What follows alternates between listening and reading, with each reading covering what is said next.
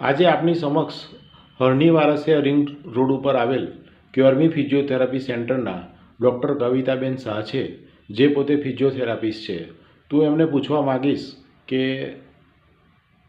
Gout એટલે શું અને તેની સારવાર શું હોય છે. ગાઉટ એટલે ગુજરાતી ભાષામાં આપણે કહીએ ગઠિયોવા, કે જેમાં ખાસ કરીને શરીરમાં યુરિક એસિડનું પ્રમાણ વધી જવાથી અને સાંધામાં એના ક્રિસ્ટલ્સ જમા થવાથી તે સાંધા પકડાઈ જાય છે, તેમાં સખત દુખાવો થાય છે. એના લક્ષણો જોઈએ તો તેમાં જે સાંધામાં યુરિક એસિડનું પ્રમાણ વધ્યું હોય તે જગ્યાએ લાલાશ પડી જાય છે અને સખત દુખાવો થાય છે, સોજો આવી જાય છે, દર્દીને ચાલવામાં તકલીફ પડે છે. ખાસ કરીને આ પ્રકારનો ગઠિયોવા પગના અંગૂઠામાં જોવા મળે છે, બીજા સાંધામાં જોવા મળે છે, પણ વધારે પડતો પગના અંગૂઠામાં જોવા મળે છે. અને એની સારવારમાં ખાસ કરીને જ્યારે પણ તમને આ ટાઈપનો દુખાવો દેખાય તો નજીકના હાડકાના ડૉક્ટરને બતાવી યુરિક એસિડનો ટેસ્ટ કરાવો. તેમાં યુરિક એસિડનું પ્રમાણ વધારે આવે અને ત્યાર પછી ફિઝિયોથેરાપીની સારવારમાં ખાસ કરીને કોલ્ડ થેરાપી અને હળવી કસરત કરાવવામાં આવે છે અને 100% તેમાં રિઝલ્ટ મળે છે. અને ડાયટમાં ખાસ કરીને તેમાં દરેક પ્રકારની દાળ, કઠોળ અને ભાજી કે જેમાં યુરિક એસિડનું પ્રમાણ વધારે હોય તેવો ખોરાક બંધ કરવામાં આવે છે અને પુષ્કળ પાણી પીવામાં આવે છે, તો તેમાં ખરેખર સારું રિઝલ્ટ મળી શકે છે.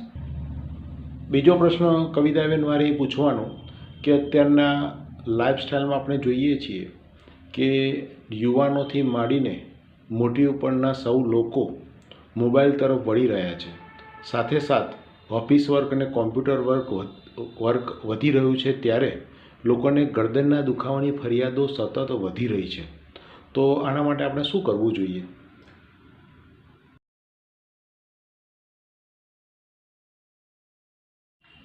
ખાસ કરીને ગરદનનો દુખાવો અત્યારે બધી જ ઉંમરના લોકોમાં જોવા મળી રહ્યો છે. યુવા પેઢીથી લઈને ઉંમરલાયકના બધા જ લોકોમાં આ પ્રકારનો દુખાવો જોવા મળી રહ્યો છે. મેડિકલ ભાષામાં આપણે તેને સર્વાઇકલ સ્પોન્ડિલાઇટિસ કહીએ છીએ, કે જેમાં મણકાનો ઘસારો થવાથી, બે મણકા વચ્ચેની ગાદી ઘસાવાથી, નસ ઉપર પ્રેશર આવવાથી તેનો દુખાવો હાથમાં પણ ઉતરતો હોય છે. આ ટાઈપના ગરદનના દુખાવાની અંદર ઘણી વખત ચક્કર આવવા, માથું દુખવું, ગરદનના પાછળના પીઠના સ્નાયુમાં દુખાવો થવો, હાથમાં દુખાવો ઉતરવો, ખાલી ચડી જવી, વસ્તુ પકડવામાં તકલીફ પડવી, ઘણી વખત દર્દીને ચાલવામાં પણ તકલીફ પડતી હોય છે. આ પ્રકારનો દુખાવો જ્યારે દેખાય ત્યારે દર્દીએ નિષ્ણાત હાડકાના ડૉક્ટરને બતાવી અને ત્યાંથી જ્યારે તેમને ફિઝિયોથેરાપી માટે રિફર કરવામાં આવે ત્યારે ફિઝિયોથેરાપી સારવારમાં ખાસ કરીને દુખાવો ઓછો થાય તેવી હળવી કસરતો બતાવવામાં આવે છે, તે પ્રકારના શેક આપવામાં આવે છે અને દર્દીને ઘરે શું કાળજી રાખવી જોઈએ, બેસવા ઉઠવાની જે પણ તેની લાઈફસ્ટાઈલ છે એ ચેન્જ કરવામાં આવે છે. જે ઓકવર્ડ પોઝિશનમાં વર્ક કરવામાં આવતું હોય, વધારે સમય સુધી લાંબો સમય ગરદન નીચી રાખીને જે કંઈ પણ વર્ક કરવામાં આવતું હોય તો એ અવોઇડ કરવામાં આવે છે અને નોર્મલ પોઝિશનમાં કેવી રીતે વર્ક કરી શકાય એ શીખવાડવામાં આવતું હોય છે. કવિતાબેન, તો ગરદનના ઘસારાની કે ગરદનને લગતી તકલીફ હોય તો એમાં આપણે ઘરે કઈ કસરત કરી શકીએ, જરા એની માહિતી આપશો? હા, તો ખાસ કરીને મોટાભાગના દર્દીઓ પોતાનું જે વર્ક શેડ્યુલ હોય છે એ ગરદન નીચી રાખીને વધારે કરતા હોય છે, એટલે એમાં ગરદનના મસલ્સ આપણા આગળ ખેંચાયેલા વધારે રહે છે. જેને નોર્મલ પોઝિશનમાં લાવવા માટે ટક ઇન એક્સરસાઇઝ, કે જે મોસ્ટ ઇમ્પોર્ટન્ટ એક્સરસાઇઝ છે, જે કે દર્દીએ થોડી વારે દિવસ દરમિયાન પોતાના વર્કિંગ અવર્સમાં કરવી જોઈએ, કે જેમાં ખાસ કરીને ગરદનના મસલ્સને આ રીતે, જે ચીનના મસલ્સ છે એને અંદરની તરફ ખેંચવાના છે, એટલે કે જસ્ટ આ રીતે.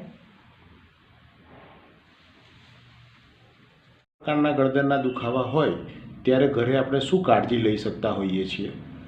ખાસ કરીને આ પ્રકારનો દુખાવો હોય ત્યારે દર્દીએ સૂવાની પોઝિશનમાં ખાસ કરીને પોતાના ગરદનનો શેપ જળવાઈ રહે તે પ્રમાણે ઓશિકાની થિકનેસ એ પ્રમાણે ઓશિકું વાપરવું જોઈએ.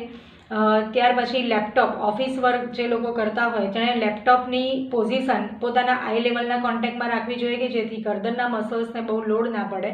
અને કિચન વર્ક પણ લેડીઝ કરતી હોય તો તેણે પણ જેટલું બની શકે એટલું આઈ લેવલ કોન્ટેક્ટમાં વર્ક રહે અને ગરદન વધારે નીચી રાખીને કામ ન કરવું પડે તે રીતે કામ કરવું જોઈએ. અને લાંબા સમય સુધી એક પોઝિશનમાં બેસીને વર્ક ન કરતા 1-1.5 કલાક થાય એટલે પોતાની પોઝિશન ચેન્જ કરવી જોઈએ, તો આપણે લાંબા સમય સુધી આપણી સ્પાઇનલ જે લેવલ છે એને આપણે મેન્ટેન રાખી શકીએ અને આગળ વધતું અટકાવી શકીએ.